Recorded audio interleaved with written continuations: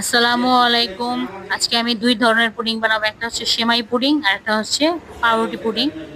তো আগে আমি লিকুইড দুধ জাল করে নিয়েছি, সেটার মধ্যে পাউরুটি ভিজিয়ে রেখেছিলাম, দুইটা ডিম দিয়ে দিয়েছি। আর এটা হচ্ছে সেমাই পুডিং এর জন্য। তো আমি এখন রেডি করে নিব। একটু লবণ দিলাম, দুইটা ডিম দিয়েছি, গুঁড়া দুধ দিব, ভ্যানিলা এসেন্স দিব এক ফোঁটা, তারপর ব্লেন্ড করে নিব। আর পাউরুটিটার মধ্যেও ভ্যানিলা এসেন্স, পাউরুটি তো দুধ দিয়ে ভিজিয়ে রেখেছিলাম, গুঁড়া দুধ এক্সট্রা ভাবে দিব, ওইটাও ব্লেন্ডার করে নিব। এখন আমি ক্যারামেলের উপরে সেমাইটা দিয়ে দিয়েছি, যেটা সেমাই পুডিং এর। এরপর দুধটা ঢেলে দিয়েছি, একটু নেড়ে চেড়ে দিব, তারপর উপর থেকে আরেকটু সেমাই দিয়ে সাজিয়ে দিব। আর এটা হচ্ছে পাউরুটি পুডিং এরটা, এটাও ঢেলে দিলাম। তো আমি কারি কুকারে বসিয়ে দিয়েছি দুইটা। আর নিচে কাপড় দেওয়ার কারণ এটাই হচ্ছে যেন বাটিগুলো নড়ে চড়ে না পানি গরম হওয়ার পরে।